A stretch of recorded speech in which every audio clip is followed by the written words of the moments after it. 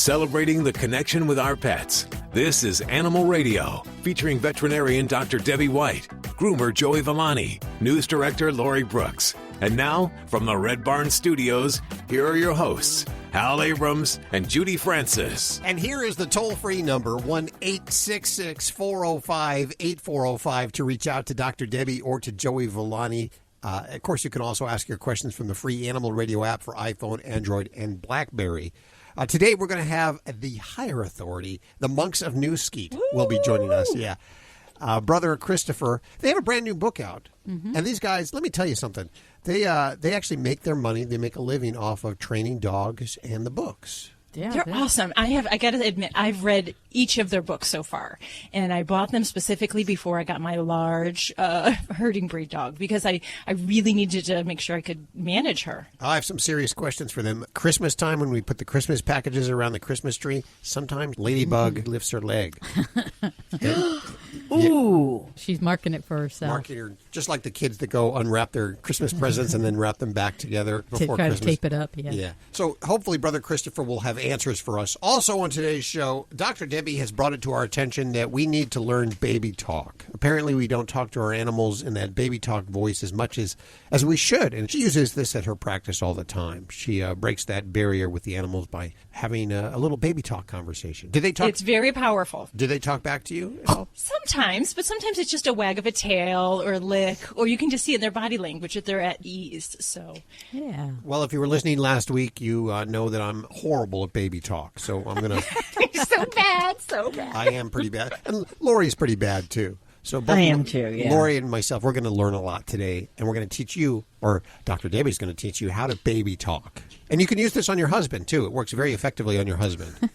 I'm not a baby person, so I always say babies don't like me, so maybe I just don't have that baby thing about me. This is true. Anytime a baby gets around Lori, they start screaming. Lori, I got to say, I bet if I put a baby bulldog in front of you, you soften in ways that you don't even know you do, and you change the tone of your voice. So I just put a little picture of a baby bulldog right in front of you, and who can't just go... Skinny puppy is fine. I'm a sucker for puppy breath. And you're a single woman, too, huh? I know, imagine that. Yeah. So what are you working on over there in the newsroom, Miss Brooks? Well, I'm doing some investigating. Hemp is a really popular product now for all kinds of things, and it's also going into pet products.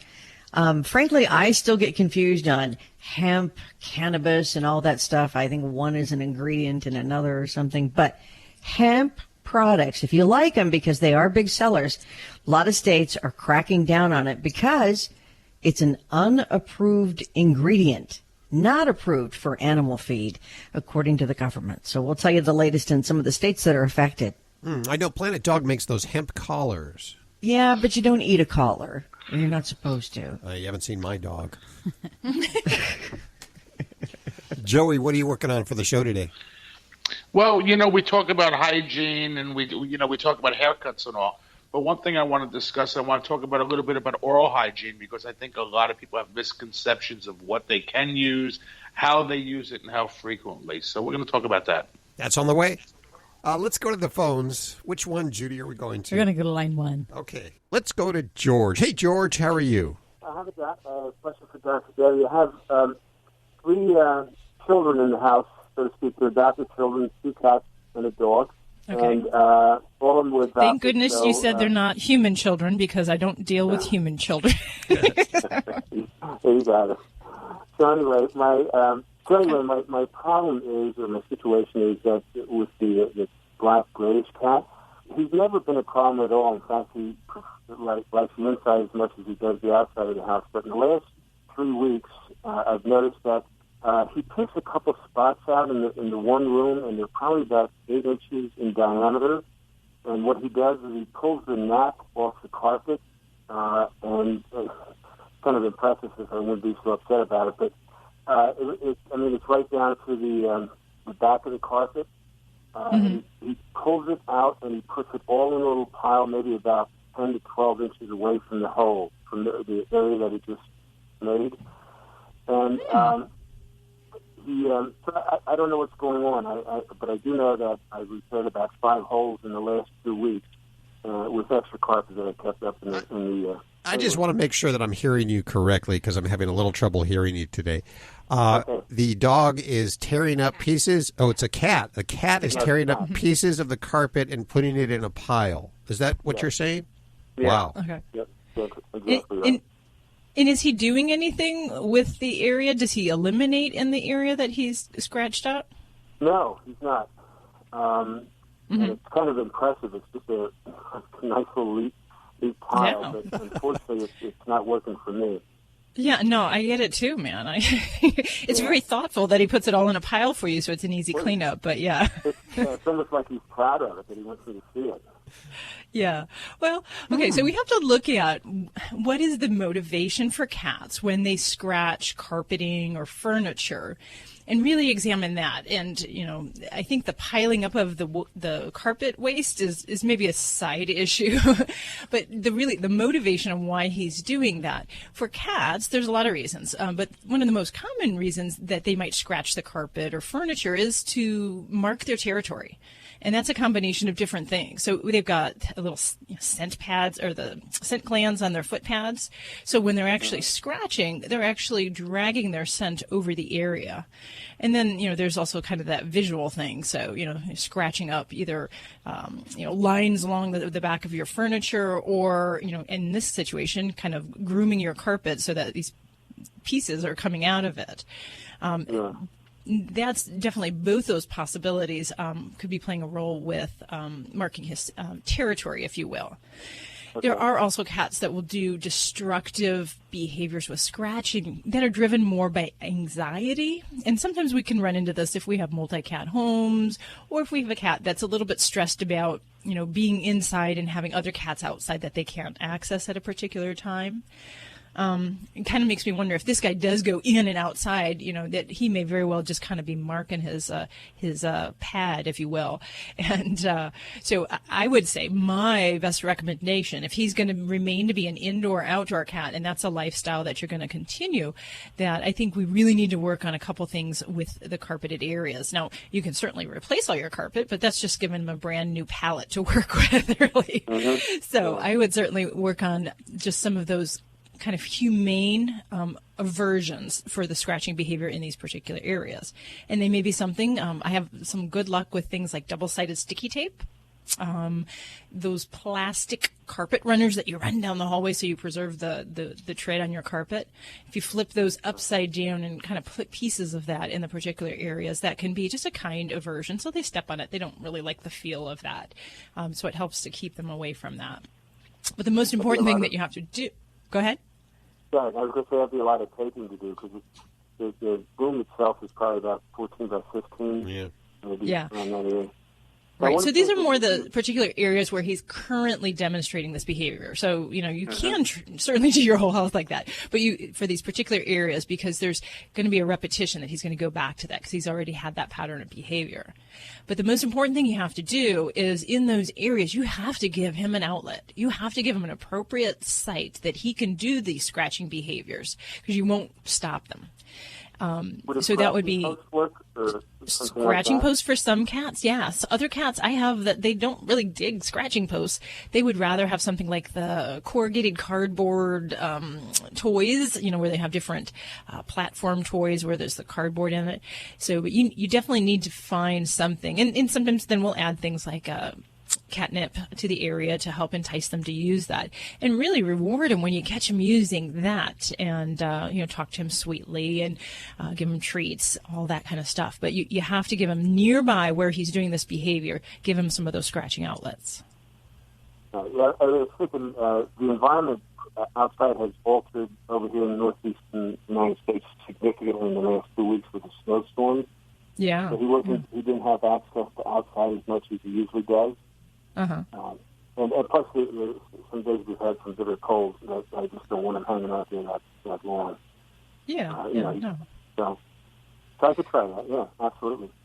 Yeah, so I think you've got some things you can try there, and the big thing is that we have to, stop the pattern of this behavior, because the more he does it, it's going to be harder to stop it. So, your house may be a little bit in a raise while you've got all these deterrents in certain areas, and certainly supervise them. And I'm a fan of giving cats a lot of things to do. So if it means giving them perches, places they can look outside, you can do cat tunnels through your house. Give them fun things to do where you hide food in boxes with little cutouts.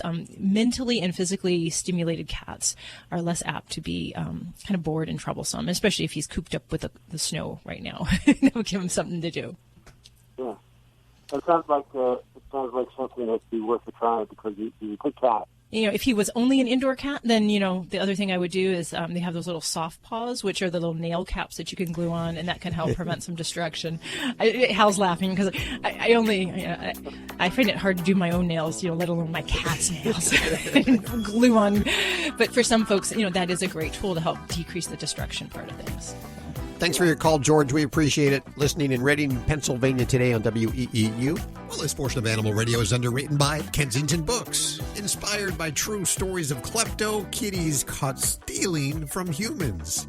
Mac, the mischievous tabby, is back in Mac on a Hot Tin Roof. But this time, there's little time for his usual shenanigans when Mac becomes the foster parent to an orphaned litter of adorable kittens. Filled with lots of catitude and love, Mac on a Hot Tin Roof by Melinda Metz is available everywhere books are sold. Visit KensingtonBooks.com for more information. And thanks, Kensington, for underwriting Animal Radio. Check out Animal Radio highlights. All the good stuff without the blah, blah, blah. Browse on over to animalradio.pet. Hi, I'm Dan Aykroyd. Have the happiest of holidays. This is Heather Locklear wishing you all the merriest Christmas. Hey, this is Sean Hayes on Animal Radio. Remember to spay and neuter your pets. Everyone's favorite matchmaking klepto kitty MacGyver is back in Mac on a Hot Tin Roof. And this time, he's thieving his way through the greatest adventure of all, parenting. When Mac finds a litter of orphan kittens, the mischievous tabby has no choice but to put his life of crime on pause, because the tables have turned, and now Mac is the one to have something stolen. His heart. Mac on a Hot Tin Roof by Melinda Metz is available everywhere books are sold. For more info, visit KensingtonBooks.com.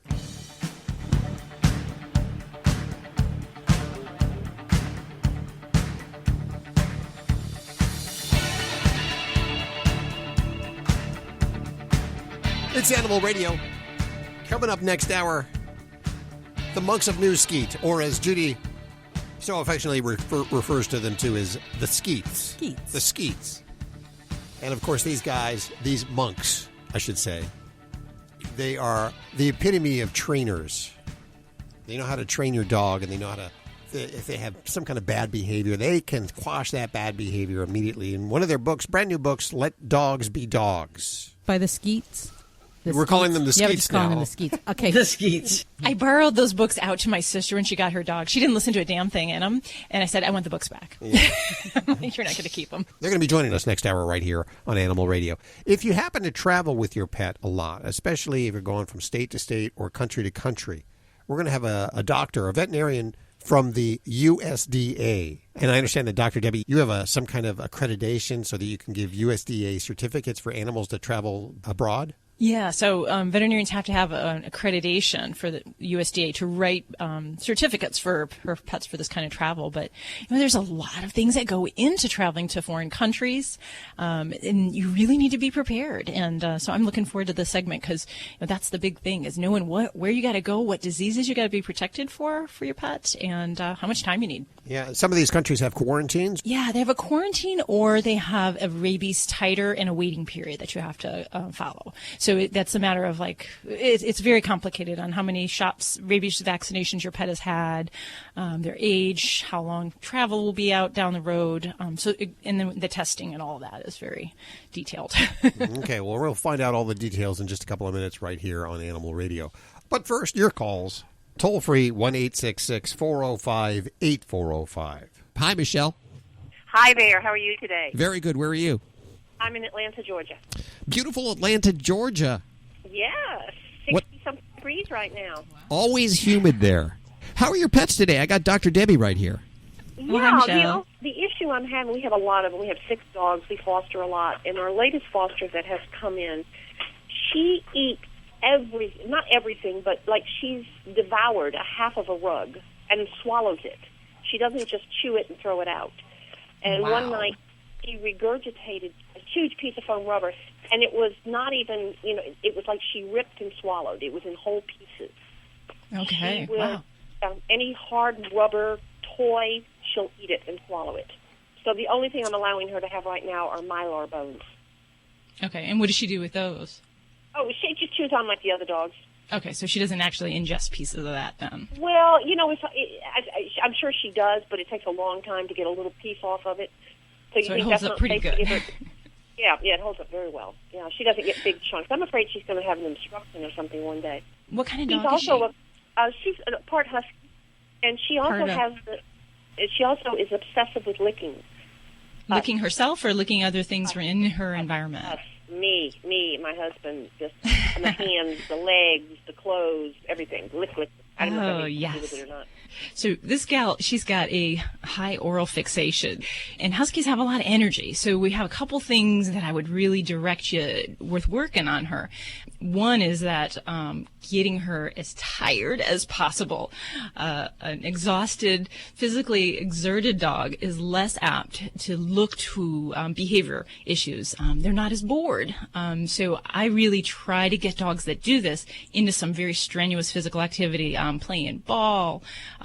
Some dogs do wonderful going to doggy daycare where they interact and run with the dogs all day. Frisbee, something where we actually get her and try to just exhaust her. Because then you may not have that same desire to go looking around the environment and picking up and chewing on things. Mm-hmm. Did you ever catch her actually in the act of chewing on things? Yes. And if we catch her, because we hear the slurping, and I'll get up and run in there, and she's in the middle of doing it, and there are no remnants anywhere. So it was about a third of it's gone, and it's just that one rug. It's not every rug in the house, Well, fortunately, because that would cost a mint in carpeting there.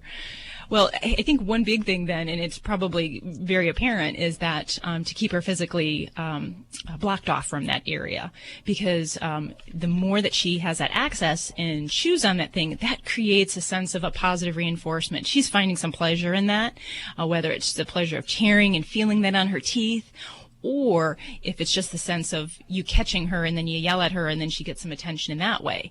So we need to make sure that we don't give her that access and that we don't inadvertently, by yelling at her, make this a greater problem and compound that further. And then you have the right idea with the bones, with the mylar bones. And I would definitely look at, some of the other types of, I'm a fan of the compressed rawhides. They're not, they'll eat them, but they do last a long time, and especially a dog that has got a huge desire to chew gives them an outlet. I always do that supervised, where your eye can kind of watch and make sure when it gets down to smaller pieces that you can take that away from them. Those are going to be the strategies that I'd really look at, is keeping the access down, getting her physically tired and exhausted, and then giving her that positive direction on what she can chew on. And then hopefully with a little bit of time and acclimating into the home, she'll follow suit with the other pets and, find a nice routine. But you definitely need to nip this in the bud now. Good luck with things. I hope things turn around. And if you have a question, give us a call here at Animal Radio, 1-866-405-8405. Hey, don't forget, you can get your fix of Animal Radio anytime you want with the Animal Radio app for iPhone and Android. Download it now. It's made possible by Fear Free Pets, taking the pet out of petrified. Visit them at fearfreehappyhomes.com. Need a fix of the good stuff? Get more Animal Radio with the free Animal Radio app for iPhone and Android. Hi, Joanne Worley on Animal Radio. Hello! And please spay and neuter your pets. As a matter of fact, spay and neuter your friends' pets also. Give it to them as a present. Yeah, puppy pads are convenient, but sometimes they're really gross. That's why the Animal Radio studio stunt dog, Ladybug, uses the Brilliant Pad self-cleaning puppy pad. We love how it handles number 1 and number 2. It seals away the waste and replaces dirty pads for us. Brilliant Pad keeps our home clean and smelling fresh. All we do is replace the roll once every few weeks, and the process is fast and clean. In fact, Ladybug gives it 5 paws up. Learn more about it at brilliantpad.com. This is an Animal Radio News Update brought to you by Fear Free. Fear Free takes the pet out of petrified and puts the treat into treatment. To learn more and find a certified fear-free veterinary professional near you, visit fearfreepets.com. I'm Lori Brooks. Hemp in pet products might soon be more difficult for you to find. Here's why. Utah's Department of Agriculture and Food has issued warnings to more than 24 businesses, asking them to stop manufacturing and selling what they call adulterated or misbranded commercial pet feed. Now, specifically, the letters ask them to refrain from future sales of hemp and hemp products in the state of Utah. But in addition to the 27 companies that Utah has put on notice, the department also sent warning letters to businesses in Canada. Plus, Texas, Colorado, and Washington have joined Utah in contacting manufacturers and retailers in their states that are known to distribute pet products that contain hemp. One pet food product store in Salt Lake City says hemp products are their #1 best seller, that people come in every single day searching for it. But the Department of Agriculture says hemp is not an approved ingredient for animal feed. But we're going to have to wait and see how this plays out. While the letter that was sent to the companies requests voluntary compliance, it also, in the same letter, threatens regulatory action should they not provide a written plan of corrective action in 2 weeks. I'm Lori Brooks. Get more breaking animal news anytime at animalradio.com. This has been an Animal Radio News Update brought to you by Fear Free. The veterinarian isn't typically thought of as your pet's favorite place to go. With Fear Free, that all changes. To learn more and find a certified Fear Free veterinary professional near you, visit fearfreepets.com. Hi, this is Iron Chef Kat Cora on Animal Radio. Please adopt a pet. You're listening to Animal Radio. Find us at animalradio.com. Log on, learn more. This portion of Animal Radio is underwritten by Fear Free. Fear Free takes the pet out of petrified and puts the treat into treatment. To learn more and find a certified fear-free veterinary professional near you, visit fearfreepets.com. It's Animal Radio, celebrating the connection with our pets. If you have questions, you want to talk to Dr. Debbie or Joey Villani, the dog father, they are here for you, and we'll go to the phones in just a couple of minutes. But first, we're visiting with our good old friend, and I guess really the father of Fear Free, the Fear Free movement. Dr. Marty Becker is joining us. Hi, Doc. How are you doing? You know what? I like that description. I've been called some things that you can't say on radio. My mom used to, when I was a little kid, they would call me Farty Pecker on the playground. Ooh, that hurt. Dr. Oz always introduced me as America's veterinarian, but I think the founder of Fear Free is one that I would probably wear most proudly, Hal. And how is Fear Free going? And, you know, we have a lot of new listeners since we last spoke in April. Tell listeners what Fear Free is all about. So Fear Free is basically if your pet hates to go to the vet or hates to go to the groomer or has thunderstorm phobias or fireworks phobias or anything or leash aggression or excessive barking, if you're always worried about the emotional well-being of your animals, that's what Fear Free addresses. And we're all worried about the emotional well-being of our animals. So it really addresses everybody and every animal. I think our slogan, taking the pet out of petrified, even the most well-adjusted Labrador Retriever puppy, we start making mistakes from the time those of us that love pets. We've talked about this before. We greet pets wrong. Everybody greets pets wrong. They reach down. So they're intimidating. They're reaching down over the pet, coming from a blind spot with direct eye contact.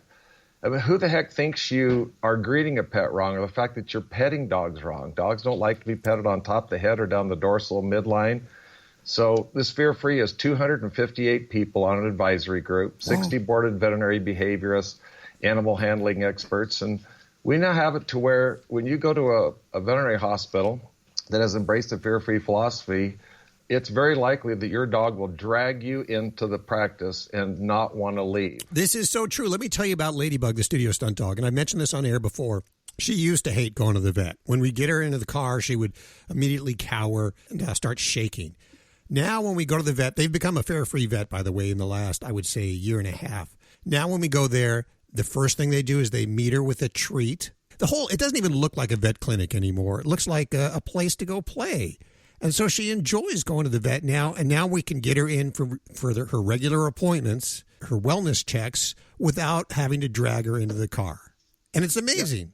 Yeah. Isn't that amazing? Even a pet that's had some problems, and some pets we have to use, pharmaceuticals or nutraceuticals or compression garments or different things, but a lot of them it's just having them come in hungry and have incredible food rewards so that they don't mind.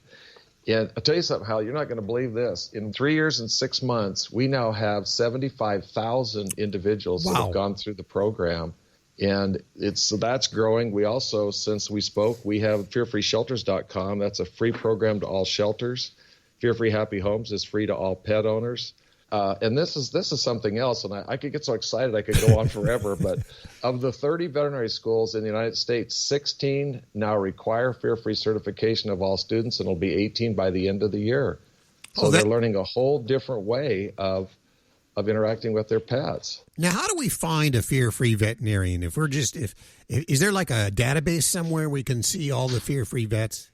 Yeah, go to fearfreehappyhomes.com. That's the one for pet owners, and there's a directory where you can find somebody in your area. And and if you're a veterinarian, if you really love your veterinarian and they're not yet doing it, you might encourage them to do it when a lot of people have a great relationship with a veterinarian based on science. They've been there for you in times of need. It's no longer good enough just to look at your pet's physical well-being. When you have a pet that's going in for nail trim that thinks it's going to die, you have to kind of put that to like a human baby. If you wouldn't do that to a human baby, if you wouldn't have 6 people hold down a human baby to do a procedure, you probably shouldn't have 6 people holding them down to trim their nails. And if you're coming in and your pet is biting, barking, shivering, shaking, jumping, frozen, blinking, yawning, salivating, those are all signs of extreme fear. Yawning? Yawning, yeah. We used to think, I remember when I first got in veterinary medicine, I thought yawning like they were bored. Yawning, probably the most overt signs you see are panting, shivering, shaking, yawning, salivating. And here's the one that really got me. When Fear Free started in October of 2009, now that's 10 years ago, a little over 10 years ago, dogs that went in the exam room and laid down with their, they lay down like they're taking a nap with their head between their legs. I thought they were napping, and I thought, why can't all dogs be like that? That's the worst sign of all. It's called collapsing immobility. So that dog would be similar to somebody that was facing a firing squad that doesn't run; they just freeze. So that dog closes its eyes and freezes, preparing in its mind to meet its death. I want to know how we can get this for my regular doctor, because I hate going to the doctors. Well, it's funny, pediatricians, Hal, I'm 66. I don't know how old you were, but boy, medicine was rough when we were kids. The dentist was rough. We didn't even have a pediatrician as a family doctor, but they would manhandle, manipulate, threaten, and abuse us. And now going to the pediatric dentistry it's like, matter of fact, where my granddaughter goes, called the Granite Hills Dental Spa, and it's unlike anything that we've had. And you have to think of this. Any of your listeners out there that have a child, a grandchild, a nephew, a niece, or an acquaintance that's about 1 year old, when they're 1 year old, you can't explain to them why a procedure benefits them, and they can't anticipate or expect the relief, even if it's moments away. And that's the same thing with all animals, not just dogs and cats, but reptiles, birds, horses. They don't know why a procedure benefits them. Why does a vaccine benefit me? Why does having this inflamed ear benefit me? And they can't anticipate or expect the relief of fear, anxiety, and stress or pain, even if it's moments away.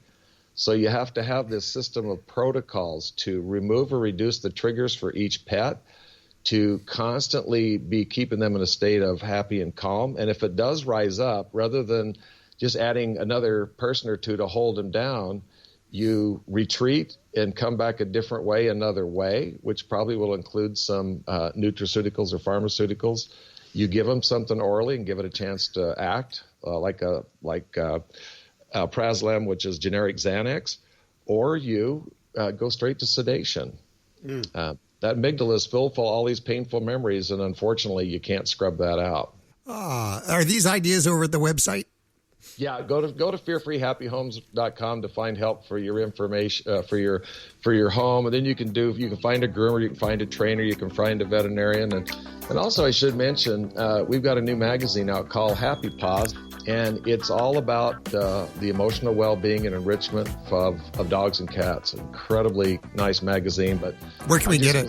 I just saw, it's funny, I was just at Walmart and I was also at CVS. I saw it at both of them. Oh. Anywhere you're going to get a magazine, grocery store, drugstore, Walmart, Barnes & Noble, or online. Happy Paws. Okay, we'll put all this information over at the website at animalradio.com. But visit fearfreehappyhomes.com. Doc, thank you so much for joining us. And by the way, I want to thank Fear Free. They make the Animal Radio app possible. If you haven't downloaded it yet, you should do that ASAP. Hal, thank you for all your support. I mean that from the heart. You've been a warrior for many years looking at the physical and emotional well-being of shelter animals and animals in homes. And thank you for your contributions, my friend. Happy animals, that's what it's all about. Nature at its best is nature at its simplest. At Red Barn, we've kept it simple for 20 years by concentrating on single-ingredient natural dog treats. Because Mother Nature's actually pretty good at this. Bones are just tasty bones. Meat treats are just nourishing meat. It's nature at its simplest. Look at the label. We want you to. Red Barn Natural Treats. Simply the best. Find it in your local pet specialty store. Try our slow-roasted, natural meaty bones. You're listening to Animal Radio. Call the Dream Team now at 1-866-405-8405. It gives me great honor to present to you the dog father, Joey Villani, on Animal Radio. How are you doing? I'm doing great. How about you guys? Splendid. You're Skyping with us from the island of Hawaii. Yes, I am. I got up a little early this morning to do this because last night we met people from New Jersey and stayed out a little later than I probably should have. Yeah. Uh-huh. So are you there for a conference or are you just vacationing? Well, it started out as a conference and then it turned into vacation. And I'll be quite honest with you. I don't know why I don't live out here now. It's, it just makes perfect sense. See, one good thing about the dog grooming industry is you could take it anywhere because there's, dog beauty needs to be done everywhere. So believe it or not, I've been looking around saying, maybe this is where home should be. So, Are there a lot of dogs there in Hawaii? You know what? There are. Just like everywhere else. You have your hunting dogs. You got your small lap dogs. So it's the same. It's the same variety you see everywhere. One thing though, that I've noticed, there's a lot of cats all over. Feral cats. That keeps the rat population down. And a little tidbit here: they brought mongoose on the island to keep the rats down, and then they found out that mongoose stay awake in the daytime and go to sleep at night. And the rats are nocturnal, so it was a total failure. So they had to bring the cats in. But that being said, this is what brought my tip on. Last night when we were walking about, we would, of course, like we always talk about our pets, was talking about oral health. And this one woman asked me, what's the best toothpaste that I can use to brush my dog's teeth because my dog don't like the taste of Crest. And I started to laugh. And then I realized maybe a lot of people don't realize about the special toothpaste that we actually have to, use for our pets. Pet toothpaste is enzymatic, guys. And, when you put it in there, that's why people say, chicken flavor, because we're so conditioned that we have to have this minty, fresh breath toothpaste. The difference between ours and theirs is actually twofold. Number one, we brush everything off of the surface of our teeth and remove it, and that's how we keep our teeth healthy. Number two, pets don't do well with fluoride toothpaste. And it's also a little bit toxic because, they're not rinsing, they're swallowing and all that. So the enzymatic toothpaste for pets actually adheres to the teeth, and it actually destroys, it eats away the bacteria and the germs. But it's something that has to be on a regimen, just like us. If you brush your teeth, sporadically. A lot of people think when they go to the pet groom and they say to us, which I don't do it. I don't brush dogs' teeth anymore in the salon. Actually, I haven't for years because I kind of felt like I was robbing somebody because I would do it once. Let's just say, in a good case, once every 4 weeks. So if you think about it, once a month it's all that's happening. This has to be done on a regular basis. You have to read the directions on the product you're using and how often you can use it, because sometimes you can use it a little too often, and some say do it daily, and that's going to make a big difference at that point. But if you're going to your groomer, and groomers are going to hate me for saying this, but it's true, and it's once every 8 weeks, 6 weeks, 10 weeks, and they're charging you $20 to do it, you might as well just take that money and throw it in the garbage, or just save it up and get a dentistry by a veterinarian. The other thing I want to talk about is always have it done by a veterinarian, nobody else, because they have to polish that tooth out. And when there's a lot of mobile clinics that come around, and they'll scale the teeth. The problem with that is it leaves the enamel wide open. It's like, I don't know if anyone understands when you paint a car, you sand the car down, wet sand it, and then they have to polish that out. So they have to almost seal it. Well, it's the same thing with the tooth. If you don't seal it, what ends up happening, you got these pearly white teeth now, but everything gets sucked right in like sponge. So it makes it worse. So go to your veterinarian, have it done, follow up with the toothbrushing, and you know what? That's going to make that great haircut that you have. You're going to have those nice pearly white teeth, and you know what? Your pet's going to look great. Good advice from the dog father, Joey Villani, calling us from Hawaii as he sits back drinking a Mai Tai. Not yet. It's too early. For me, Joey. Yeah. This portion of Animal Radio underwritten by Brilliant Pad, the world's first self-cleaning dog potty. It automatically replaces a soiled pad with a fresh, clean one so your home stays odor-free. And you never have to touch, see, or smell yucky pads again. Learn more over at BrilliantPad.com. And thank you, Brilliant Pad, for underwriting Animal Radio. You're listening to Animal Radio. Call the Dream Team now at 1-866-405-8405. Dogs or cats, horse or emu, animals are people too. An Indiana family credits the family cat in saving their lives from a deadly gas. Eric and Kathy Kiesling say their 14-year-old cat named Winnie played a crucial role in saving their lives after a gasoline-powered water pump in their basement caused deadly carbon monoxide fumes to build up. The family was sleeping soundly when Winnie began nudging Kathy's ear and meowing loudly. Kathy described Winnie's unusual meowing as crazy, almost like she was screaming. When she reluctantly got up, she realized she was nauseous and dizzy and couldn't wake her husband up. Eric had undergone minor neck surgery the day before, so she decided to call 911. And good thing she did, paramedics found their 14-year-old son, Michael, unconscious on the floor of his bedroom, and they treated the whole family for carbon monoxide poisoning. The Kieslings are lucky to be alive, but not surprised that Winnie came to their rescue.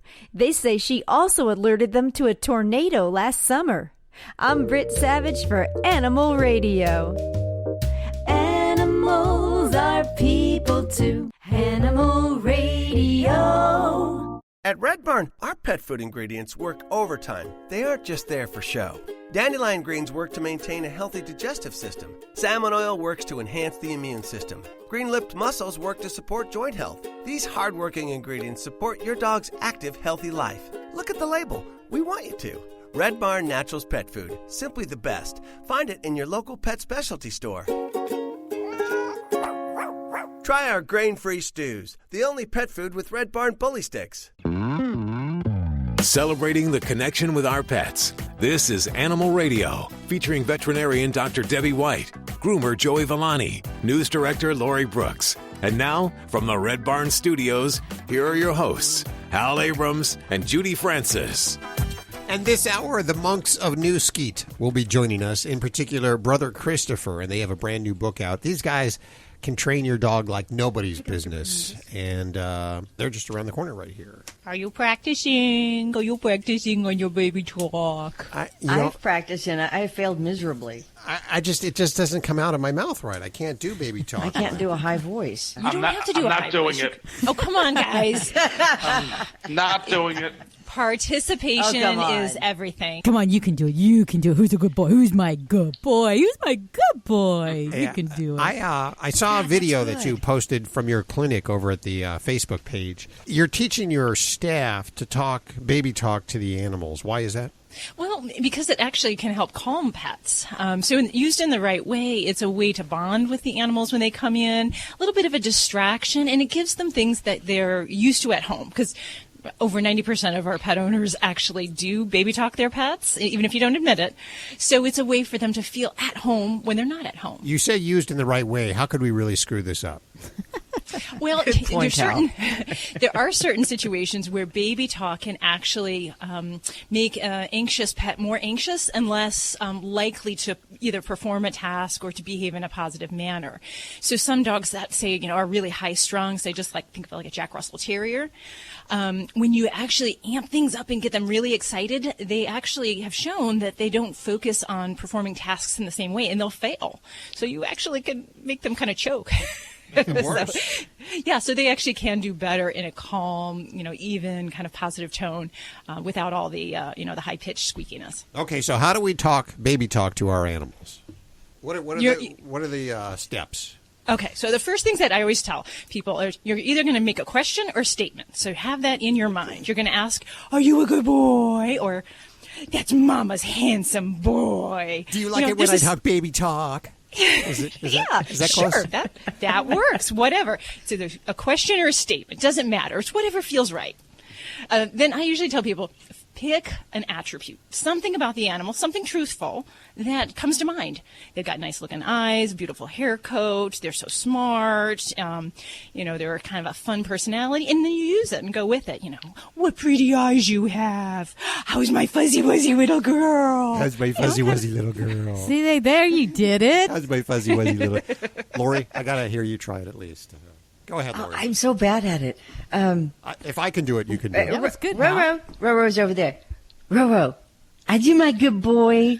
Are you my good boy, baby? You see, that's pretty good. That's good. That is pretty good. Okay, that is good. Joey? Oh, what a good boy. Good boy. Come here, baby. Come here. You got to have a high-pitched voice, right, Dr. Yeah, Debbie? you got to raise it. Well, baby talk, there's 3 basic characteristics.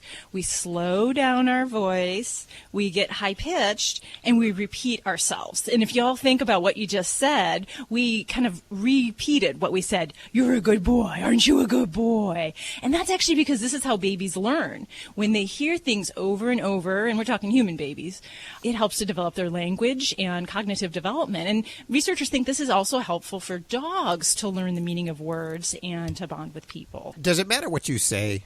Yes and no. So dogs really do understand the meaning of certain words. And, if you look at, brain studies where they do the MRIs of awake dogs, they actually do. The left side of their brain focuses on what the word means. And the right side is actually more processing the tone of the voice. So you get the best power for your requests or commands when you add in that vocal tone along with the command. So you're saying, that's a good boy, come here. So you can't just say, who's the big monster that's going to steal all your toys? Who's the big monster? Depends what your goal is. If you're trying to get them to just pay attention, wag their tail, and give you some affection, that's fine. But if you're actually trying to get them to do something like, a lot of times we'll use good boy, and we use that in training as a way as a positive reinforcement. So we're using that high-pitched tone. So it doesn't necessarily matter what you're saying along with it. You're just given those few words that they understand, and the way you deliver it really gives that power of the punch. So you say the way we deliver it, does my body language matter if I'm standing there, with my arms crossed? Yeah, so you do want to follow it up with action. So you want to do something else. So generally, if you think you're sitting in front of a baby, your eyes get really big and wide. Your arms may open up. You make encouraging body motions. And we smile. So those are things, too, that when you're doing baby talk, that it really helps to give that full message to the pet. Now, when you're doing training and you're giving like a reward or praise, rather, after they have completed some command successfully. I feel like Tater doesn't, like he's kind of bored with the good boy in the Yeah, hugs, well, you know? there's different motivators for different dogs. And this is actually something I'm struggling with Nikki, because I have a dog that plays with toys but isn't really motivated by toys. She likes food, but after a while food kind of loses its punch. So for her, I have to really mix it up. And I'm almost like trying to please a cat, where I'm like giving her a treat, and then I'm giving her a toy, and then I'm giving her a chance to chase me. So there's a lot of different things that I have to pull out for her. But yeah, you got to kind of know your pet. And not every pet does baby talk really kind of get them amped up and really seem like a positive thing for them. Yeah, what if your dog just stares at you? Just like, why is she doing that to me? Well, I mean, it depends. Puppies, we know that puppies are definitely going to respond to baby talk. It's just the way that they're wired.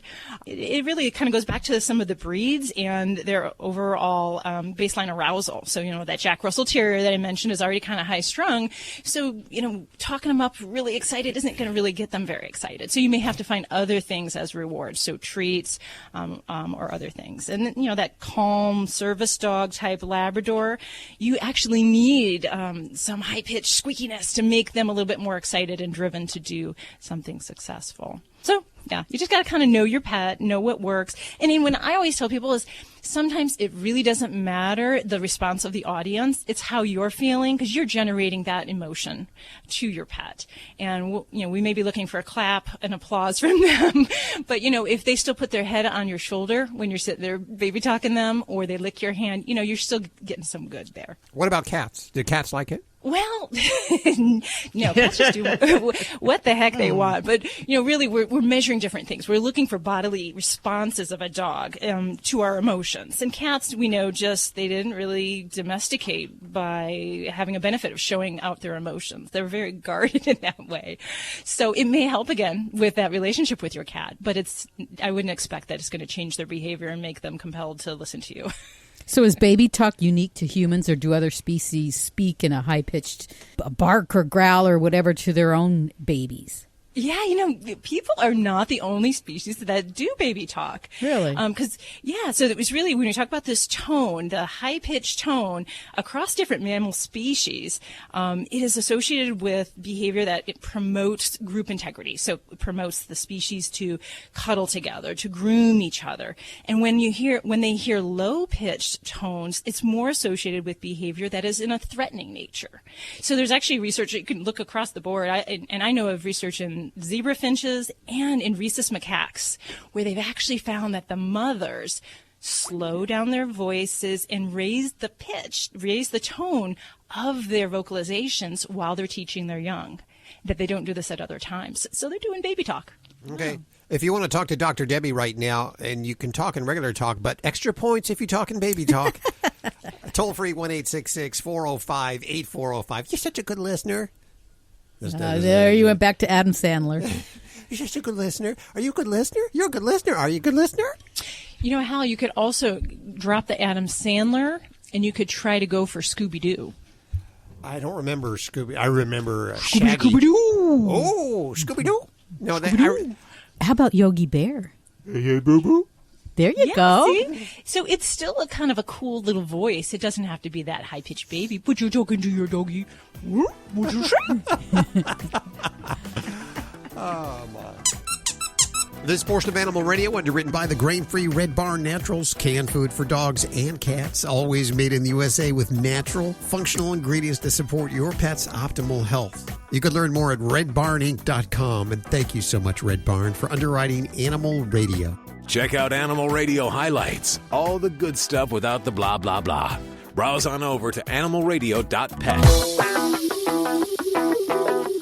Hey, it's Alan Cable with another dog tip. I go to the dog park a lot. Sometimes I even bring my dog, and I see people there communicating with their dogs like they would another person, talking to them like they're human. There's nothing wrong with that, but just so you know, your dog has no idea what you're saying. Your dog will never learn how to speak or act like a human, but you can definitely learn to speak dog. Your dog watches you a lot. He's studying your body language. Do you carry yourself like a strong, confident, and calm pack leader? Or do you get frazzled easily? Your dog is very sensitive to your state of mind. Dogs are always trying to find their place place to find themselves within a pack. If you're a strong, confident, secure pack leader, you make that job a lot easier for your dog. So your dog will be much calmer. We've all seen the dogs at the park that are barking constantly and acting like nervous wrecks. That's because they are. Most of the time, dogs like that have been forced into the position of being the pack leader. And that's just not comfortable for them. They need you to step up and be the pack leader. And how do you do that? Well, by learning to speak dog. Your dog watches what you do. He's not concerned with your words. So if he enters the house first, he's in charge.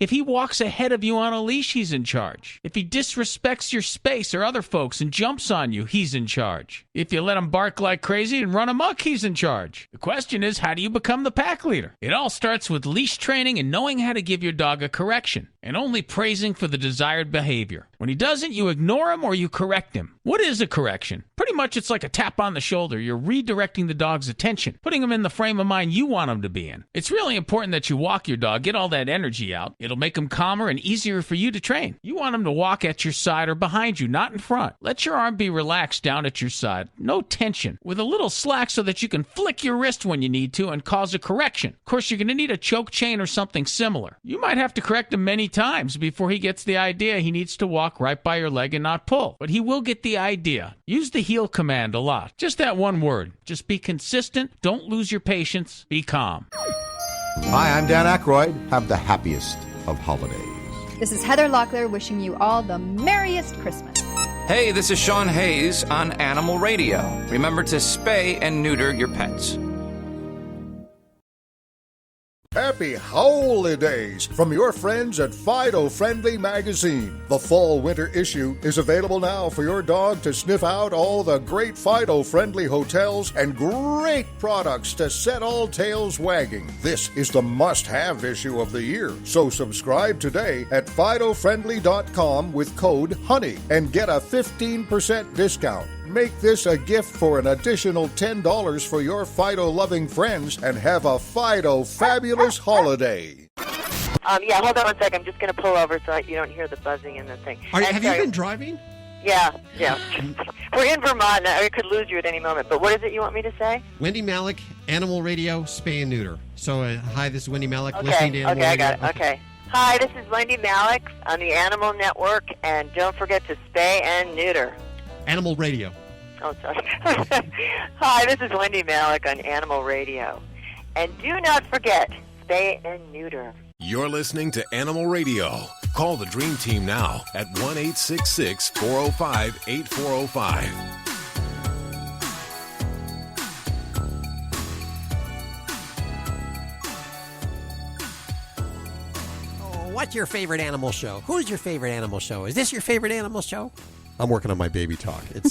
I don't know if I'm getting any further. It just takes practice. It does take practice. If you want to call in, you don't have to talk baby talk, but you get extra points if you do. Toll free, 1-866-405-8405 to talk to Dr. Debbie or to Joey Villani. And we're just moments away from the Monks of New Skete here on Animal Radio, or as Judy's referring to them, the Skeets. The Skeets. That would be like their band if they had a band. We're the Skeets. Lori, what are you working on over there? I was just looking at this a couple of weeks ago, this journal, Psychiatry Research. And there is this new study out on the differences between hoarders, like the TV show people who collect things, objects, just things, and people who collect animals. When you hear those horrible news stories about all these, animal hoarders, and they've got hundreds of animals in one location. But it's not the same thing. So they're actually studying this more. We'll tell you what they found is the differences between object hoarders and animal hoarders and how they hope to help them. Now, Dr. Debbie, I have a question for you. I have a friend who... a friend? Yeah. I have a friend who has a lot of animals, and but they're able to take care of all of the animals. They're able to provide veterinary care and all the medical attention that they need. Are they hoarders just because they have 15 cats? The number of animals isn't the determining factor. You can be a hoarder and have, 16 cats or 16 dogs, but you can also be a well-providing family. It just really depends on the level of ability. I hate to say financial, but because there are, financial costs with medical care. But there's also the time. Do you have time? Are you spending quality time with these animals, or are they just running amok in your yard and in your house? So all of those things kind of go together, that you have the resources to care for them and the time, and that they're not being neglected. What if I just had 4 cats and I didn't have the time or the resources? Is that just too many cats? Am I a hoarder then? Well, I mean, it might be hard to label them as a hoarder, but yeah, it might be more than your resources can provide for. And in those situations, there can actually be neglect situations that are just, people are just not informed as to the level of care that's not being provided and how that can be such a detriment to their health and to the mental well-being. Hal, in this study, they found the average hoarder of the 33 hoarders they studied, the average hoarder had 41 animals. Holy moly. Okay, so if you're looking down at your radio and saying, and then you're looking up over at your 42 cats, and then you're looking back down at the radio, we'll tell you if you're a hoarder coming up here on Animal Radio in just a couple of minutes. Yeah. I suspect if you're listening to Animal Radio and you take care of your animals that you're not, but we'll find out. Not a hoarder. Well, I was renting my house one time in Utah after I left Utah, and I had somebody contact me, and they wanted to know if they could rent with their animals. And I thought, well, I'm pet friendly. Sure. But when they told me they had 25 cats, and I realized, because I know what I do, I tell my landlord half of what I have. I say I have 2 cats when I have 4, so I only assumed that they probably had about 50 cats. Oh, my gosh. Yeah. Okay, yeah, that's probably a hoarding situation there. Yeah. Did you end up renting to them? No, I had to draw the line. That was just too many. Well, you'd have to have 25 or 50 litter boxes. You'd have to have time to clean each of those every day. So the person would not be employed. So there's a lot of factors to consider. Yeah. Okay, so we're going to find out more about hoarding in just a few minutes right here on Animal Radio. Toll free 1-866-405-8405 to reach out to the Dream Team. Hey, Roy. Hi, how are you today? Very good. How are you? Good. You sound so cheery. Good. I have a little 3-year-old Chihuahua. His name is MacGyver. And I buy him. I try not to feed him any food with corn, wheat, or soy in it. So I got the Buffalo Blue. He's been eating that for several years, but he doesn't really eat it. Like he'll go to the bowl, he'll eat it, he'll take one kibble, turn away, chew it, come back, chew another one, go back, and he'll do that maybe a couple times, and then he'll stop eating it. I'm wondering, is there anything I can mix in with it that he'll eat the kibbles and everything, or maybe I'll leave that up to you to decide. Yeah, and I guess I would make that decision based a little bit on what he's looking like and if he's eating that food during the day. So if he's in good body condition and he's just a grazer and he likes to pick up that one kibble, walk away and nibble, that's fine with me. Some pets, that is just their pattern of eating. And so especially if he's in good weight or if he's on the heavy side, I don't think we need to necessarily encourage appetite in those situations. And I would just let him have his normal eating style. But we would want to make sure that there isn't some undetected health problem that could be causing him to not eat so eagerly. So if he were here in front of me, the first thing I would do is look in his mouth. Chihuahuas notoriously can have some problems with their teeth. If we've got any bum teeth in there, we need to address that and make sure that those are taken care of. Well, that is true, because he did have 2 extracted about 7 to 8 months ago.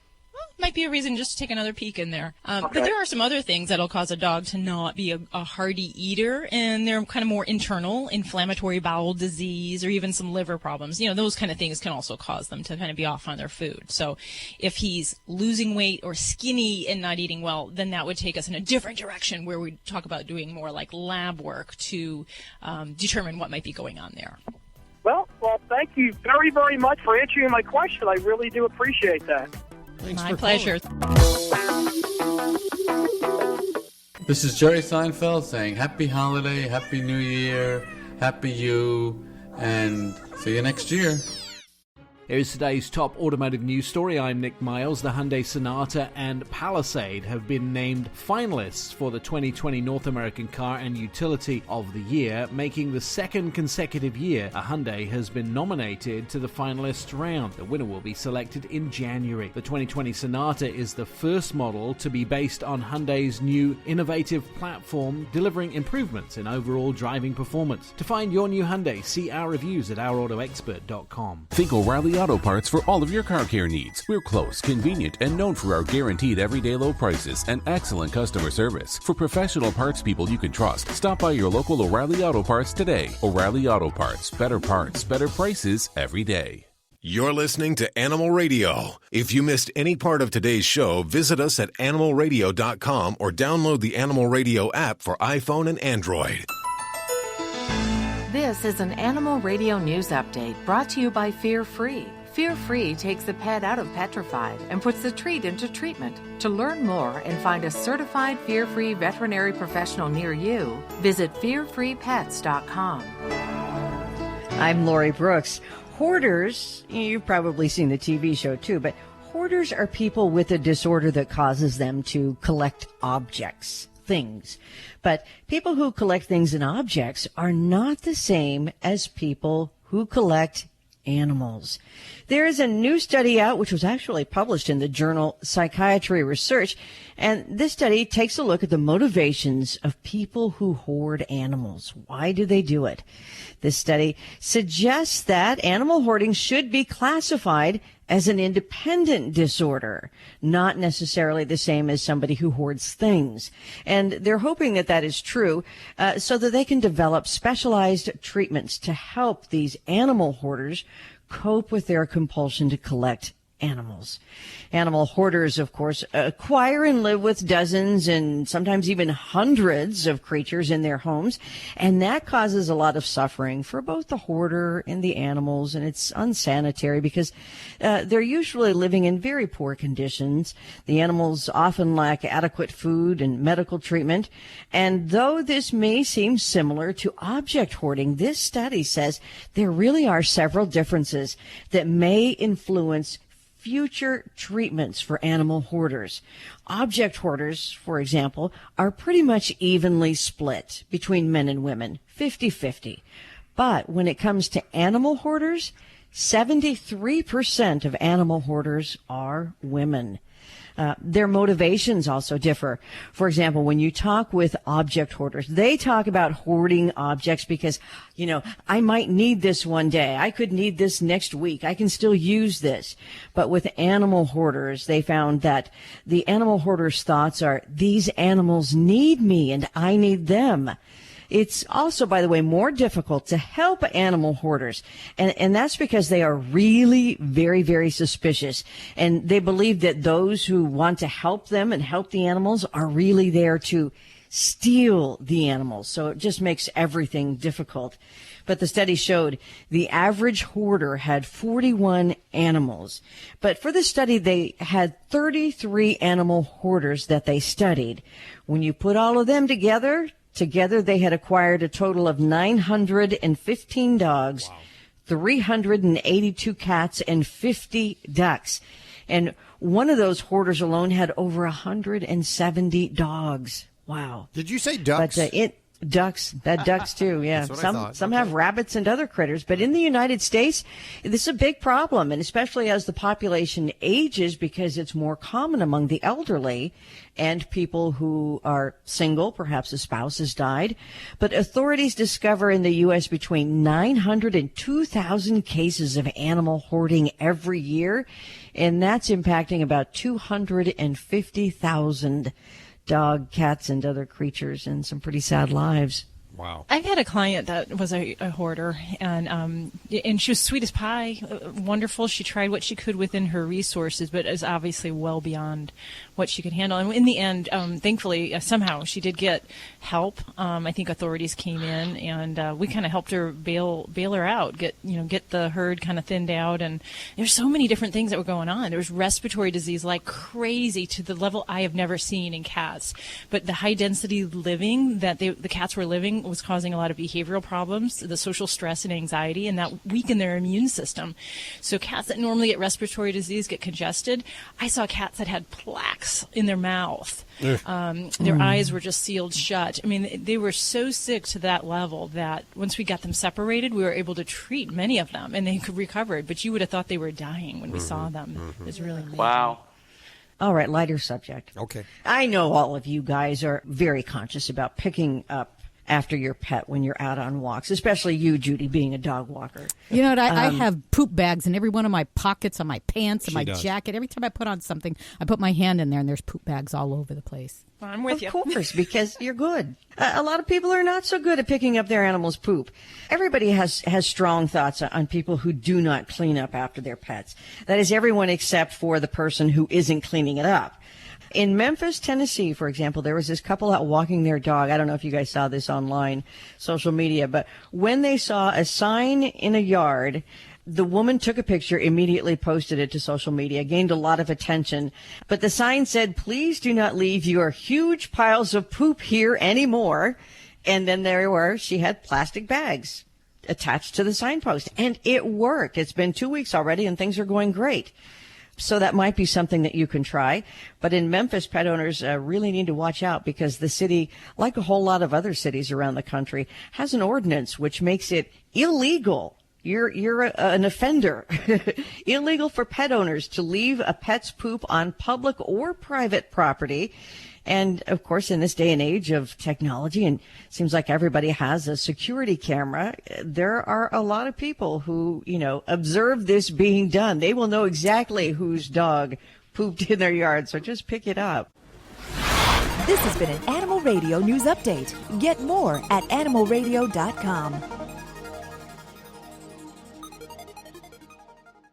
You're listening to Animal Radio. If you missed any part of today's show, visit us at animalradio.com or download the Animal Radio app for iPhone and Android.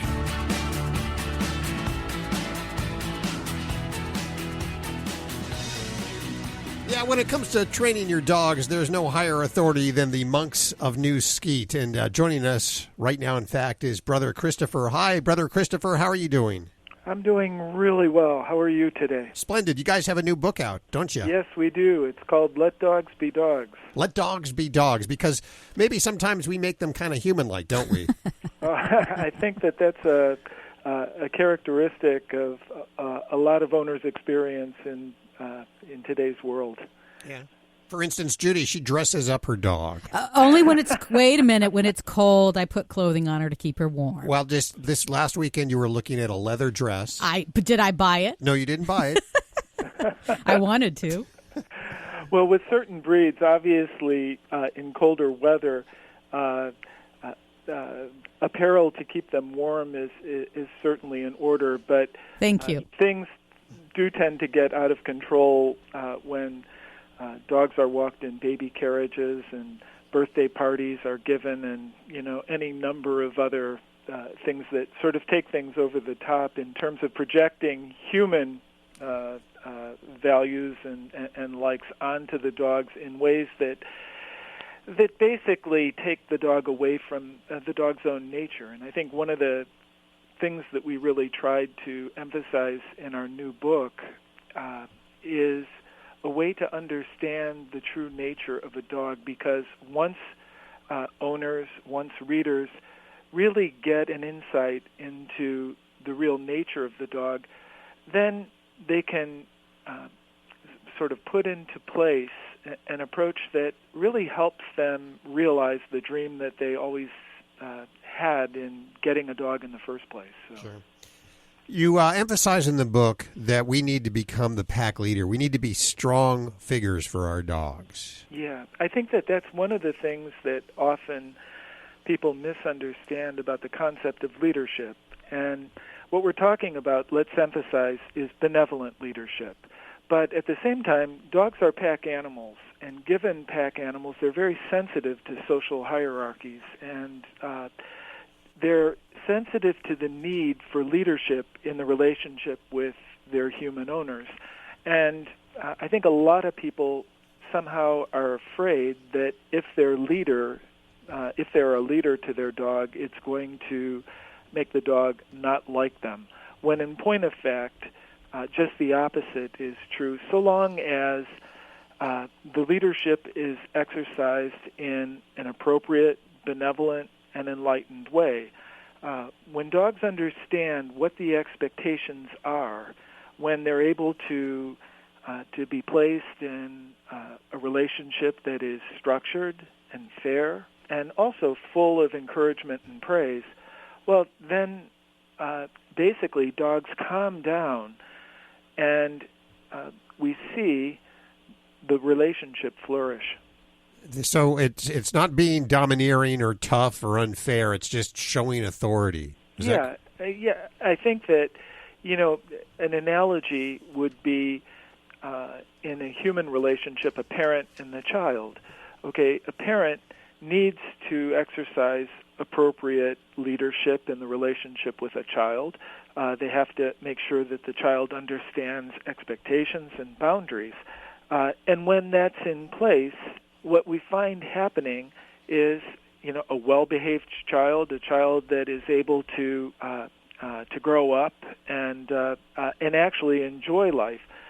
Children want that sort of guidance, and when we take a look into our own relationships with dogs, I think our experience suggests dogs really look for that from us as well.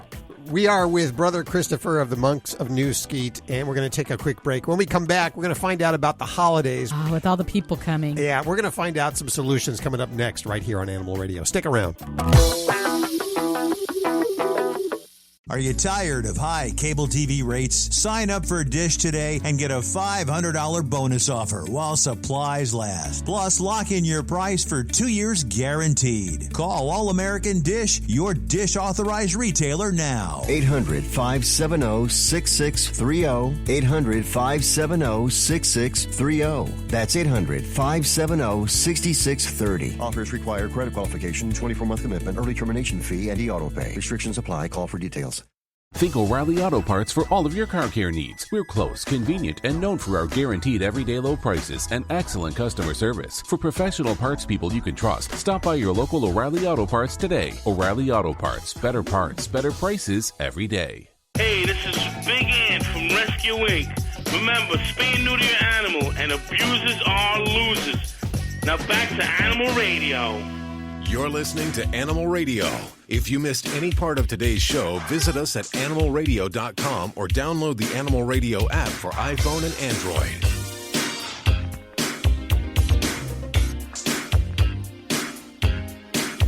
It's Animal Radio, celebrating the connection with our pets. We are with Brother Christopher of the Monks of New Skete. Real briefly, what is the Monks of New Skete? What do you guys do?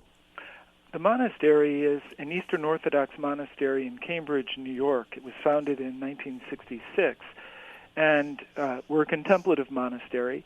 We're made up of 9 monks who live on the property where I am right now, and then we also have our sister community, the Nuns of New Skete. They live 3.5 miles from the monastery, and they bake cheesecakes. Anyway, they don't train cats. I was thinking. No, they don't train cats. So let's talk about the holidays.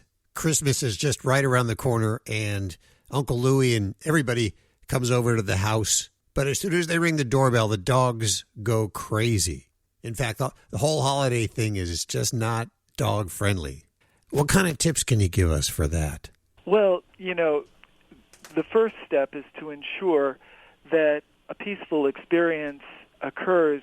For that to happen, you have to practice ahead of time, well before the event. What you need to teach your dog is, first, how to go to the door, for example, on leash, and how to sit politely when no one has rung the bell, for example. Okay, so that the dog has a sense of your own leadership. Now, next, what you can do is begin to expand this by teaching a command that we call place or go to bed. Either one is fine. But basically what you're trying to do is establish in the dog's mind a place that they go to when you give that command. Now, naturally, you establish that in a non-distracted way, initially, but with practice, taking the dog over to either the dog bed or a small little pallet. When you give that command, following it with perhaps a high-value treat so that the dog associates going to that particular spot as being something very preferable and enjoyable, can make a game out of it even. And all this, mind you, ahead of time without distractions. Now, once the dog has that general concept in its mind, now what you can do is start maybe having one of your children, for example, be the quote-unquote visitor who rings the doorbell, and you establish practice sessions where the doorbell rings, the dog begins to go nuts, but now you have the foundation where you're able to get the dog under control by putting the dog into sit and then giving the dog the place command, making sure the dog goes over to the place, is rewarded for that. And part of teaching place is the fact that they stay on place until you release them. Now, eventually, once you've taught your dog to sit and wait, you can maintain that and give him, for example, a treat so long as he holds the sit stay on place.